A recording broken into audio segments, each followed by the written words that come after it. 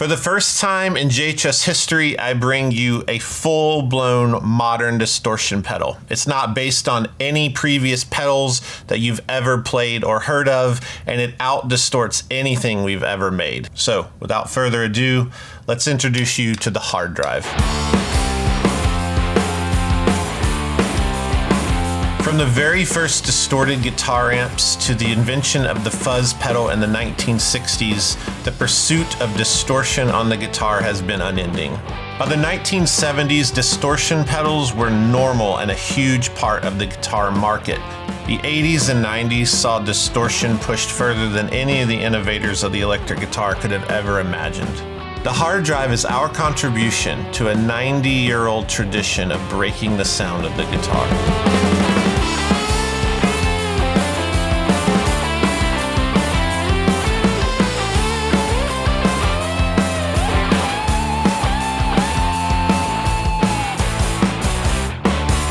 The idea for the hard drive started in 2016 when around 4:30, right at the end of the workday, we would get together in this room and blow off some steam by jamming on garbage 90s hard rock riffs, because life is hard. And one of my favorite pedals to use during these jam sessions, a cult classic SM7 Smashbox by Ibanez. It's massive, it's huge, it is a true modern distortion that I've always loved. And this got me thinking, JHS has never made anything like this, and why not? Because I love drop D'ing a guitar and just playing massive riffs. The next day, I walked into my lead engineer's office, Cliff Smith, and I said, hey, let's take an SM7 and do our take on it. We've never made anything like that. I forgot that I said that, and a few weeks later, I walk in, and he has an SM7 microphone on his desk. I said, no.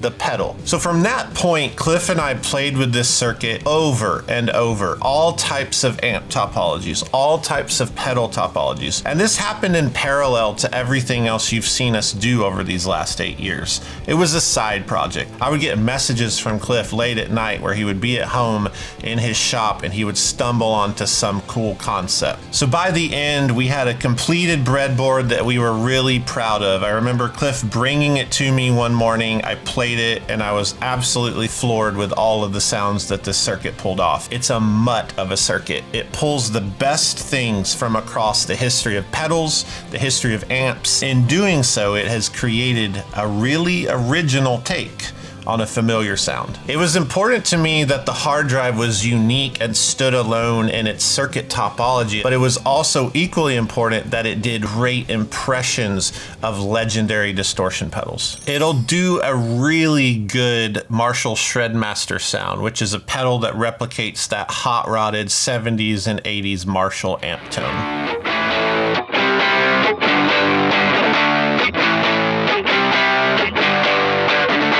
It'll pull off that almost fuzz wall of big amplifiers rat sound.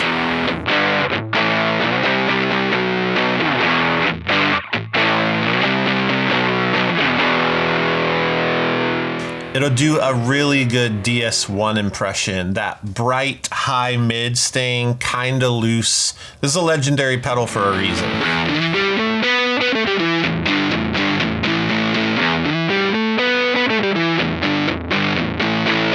Even get into the territory of something like the Tight Metal by Amp Tweaker. This pedal's amazing because it falls into the sonic category of a modern 5150 amplifier.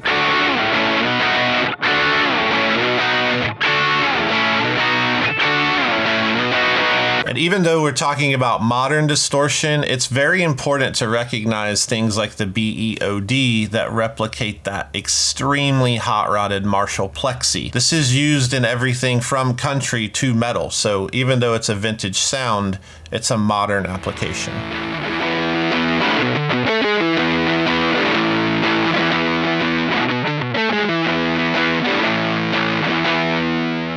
And after all the revisions and work we did to this circuit, it will still go back to that original SM7 tone, a really modern 90s crunch tone that I've always loved.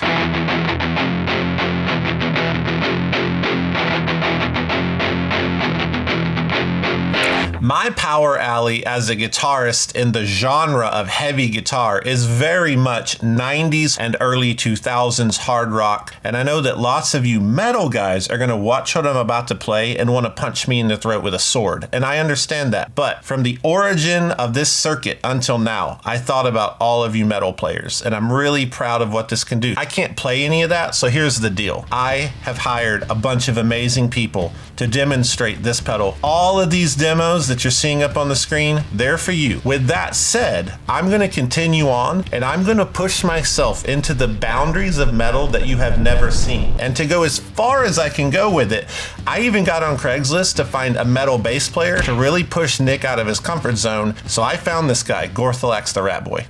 Honestly, man, I'm just really glad to be here. I just got kicked out of my last band, Antelope Bloodlust. It's really hard in this scene, man. Nobody really takes it seriously. So I put out an ad in Craigslist and Josh hit me up, and I'm a super huge fan of the show, and so I'm just really glad for the opportunity. On the first jam here, I want to demonstrate something extremely important. Some of your favorite heavy distorted guitar riffs that you've heard your whole life are actually way less distorted than you realize.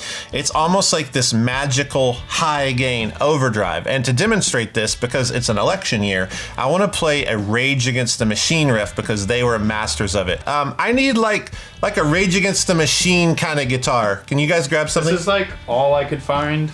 Yeah, a Pink Silver Sky by PRS and John Mayer. That's great for Rage Against the Machine. To demonstrate this sound using the Kemper profiles, I'm kind of living on the Josh's 63 Bassman for this one. Here's the bypass sound.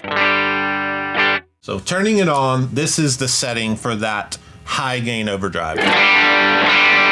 But just to show you the controls, volume, which you know what it does, that's at noon. These mid controls work together. If I turn this mid down, that's a mid cut. If I turn it up all the way, it's a mid boost. And then the mid frequency chooses where that is. Low mids would be here. High mids would be all the way up. So for this tune, we're gonna put that about 1230 or whatever, and we're gonna barely cut that mid. Live there. Then the drive control's pretty low. It's like Diet Cola. It's still a cola, but it's not caffeine free. It's actually very distorted. Bass is at noon, trebles a little bit pushed. And I'm gonna need a whammy. Whammy solo coming soon to you. Double it? Yes, I'm gonna double it. You gotta double rage. Double the rage.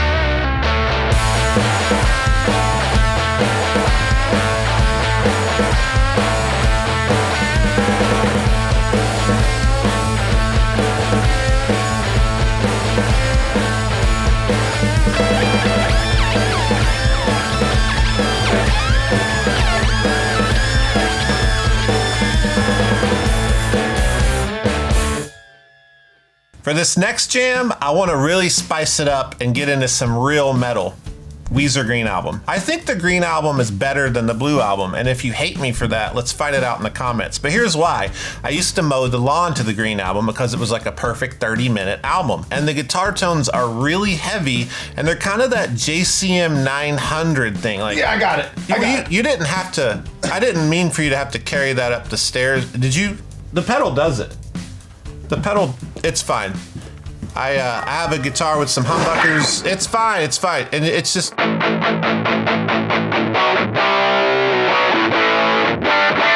We've had the Angry Charlie that does the 800 thing, but the 900 thing is the like, it's just more of a distortion than a heavy overdrive, and that's important. For these settings, I have the mid frequency towards the low mids. The drive is at 75%, so a lot of girth and a lot of chunk. Nick, when you're doing the drum thing, can you make it funky? Yes. Cool. Do that.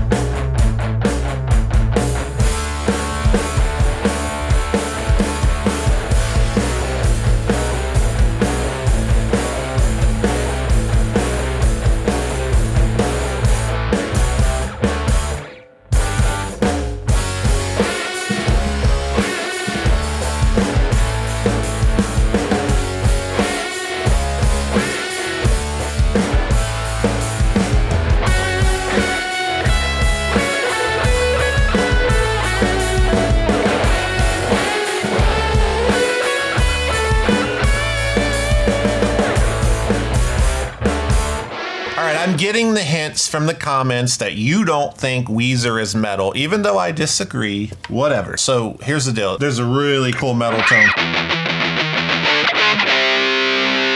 It's that brighter, like heavy metal sound. So the way I'm doing that, give it a lot of treble, because the treble on this pedal is not harsh.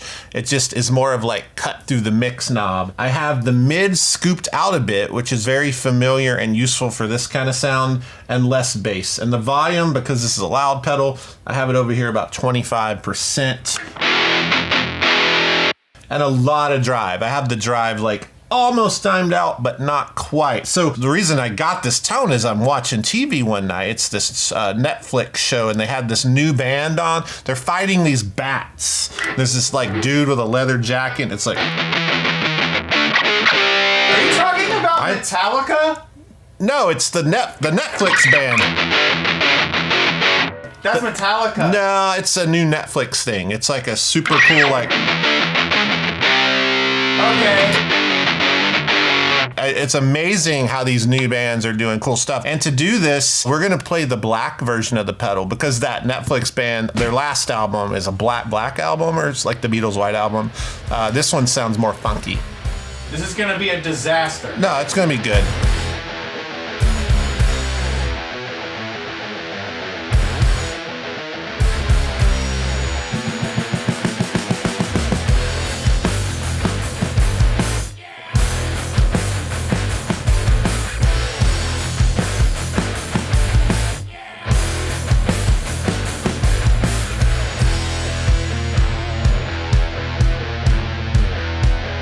This Netflix dude uses a wah in all the solos, and like he's pretty sick, so I'm gonna do like a wah Netflix solo.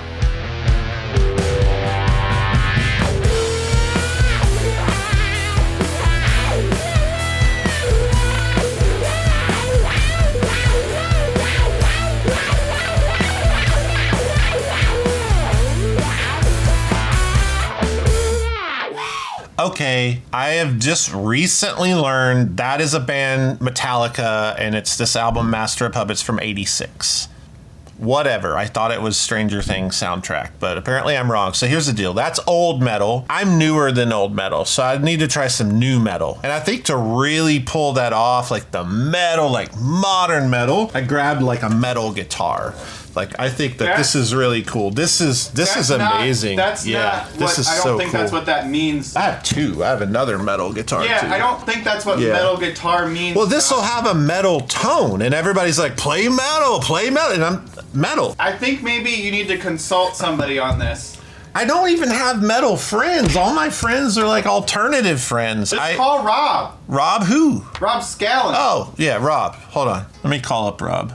Hey Siri, call Rob Scallon, the guy from YouTube. Calling Rob Scallon, the guy from YouTube. Hello, Rob Scallon from the internet. Hey, Rob, it's Josh. Who? JHS Pedals. Sorry, who? Who are you? The pedal, you've been here, you filmed JHS Pedals. Yeah, dude. Hey, what's up? Dude, I'm getting creamed in the comments about not playing metal properly. Nick's frustrated. I'm just trying to play metal. Oh, dude, I'm your guy. I'm totally your guy. I'm good at these hard rock 90s riffs, but like, what's the deal with metal? Oh, you're not tuned down enough is what the problem is. You gotta tune down? Yes. Like tune the strings, okay. Yeah, you gotta tune down. What kind of guitar? Yeah, you need at least seven strings minimum. I have a bunch of jazz masters. I'll send you one of mine, it's cool. So you'll send me your guitar? Yeah, 7 strings minimum. You gotta tune down like to A. That's low. When it's just like a wet spaghetti noodle, then you're in the right territory. All right. Thanks so much. I'll wait on the guitar. Yeah, just no Korn, right? All right, so I'm gonna get prepped here. We're gonna play some Korn.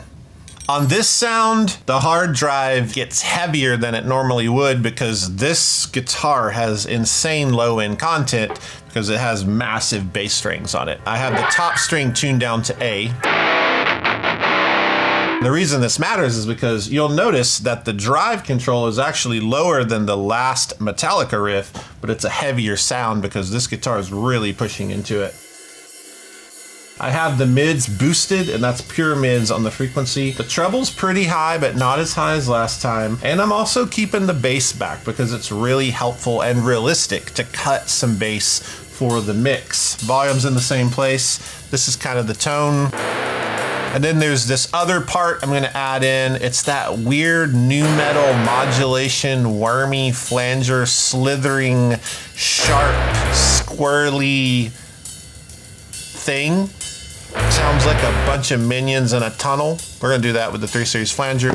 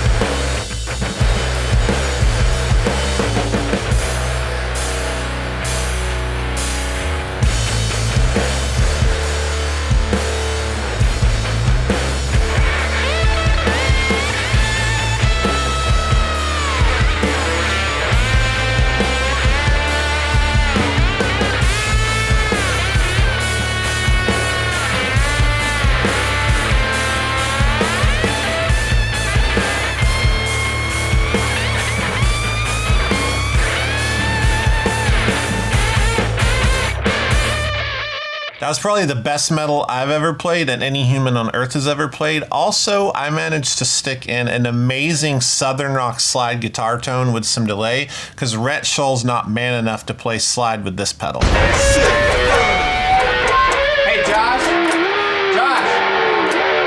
we gotta finish this episode. Josh, I wanna go home. We've got like 5 more things to film for this.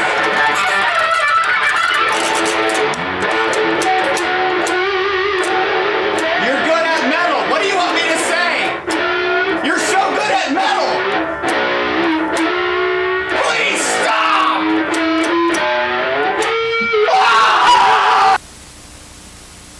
All right. The one big takeaway for me today is that I suck at playing metal, but I'm amazing at playing garbage 90s rock riffs. And I embrace that and I'm fine with it. But what I do know is that many of you are gonna love this product because it is extremely versatile. And just a reminder, if you are that pure metal player, check out these other demos that we partnered with other players who can really nail that sound and genre using this. And I think you're gonna love it. A few things you need to know is the price is $199. It is not limited in any way, and there are 2 colorways and they're both available. We've never done that on anything, and we think it's really, really fun because, quite frankly, we could not decide which one we liked better, so we're gonna leave it up to you. No limits on either, just order the color you like and enjoy. And then last but not least, this is a really, really important project to us here at JHS because it is the final work of my lead engineer that passed away in 2021, Cliff Smith. You probably know Cliff Smith from his work of creating the color box, things like the Twin 12, the Crayon, just a ton of our work he was responsible for. A really brilliant person. And this was the last and finalized design that came into play before he passed away. And when you look at the back or inside of the pedal, there's even an inscription in writing, Cliff lives on January 29 of 62 through March 1st of 2021. So in a really beautiful way, through this pedal, when I play it or you play it, the legend and awesomeness of Cliff lives on. And so we just wanted to share that with you and let you in on a piece of what's important to us here at JHS. If you liked this episode, be sure to hit like and subscribe. And if you liked Gorthalax the Rat Boy, just let him know in the comments. I mean, I feel like he's a solid player and I'm really glad to get him out of the local nightclub scene. Have a wonderful day. Don't do this at home. We're trained professionals. I was trained by him. And he's a professional.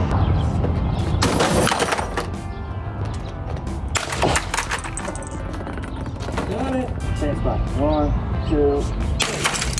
1, 2. Pretty cool.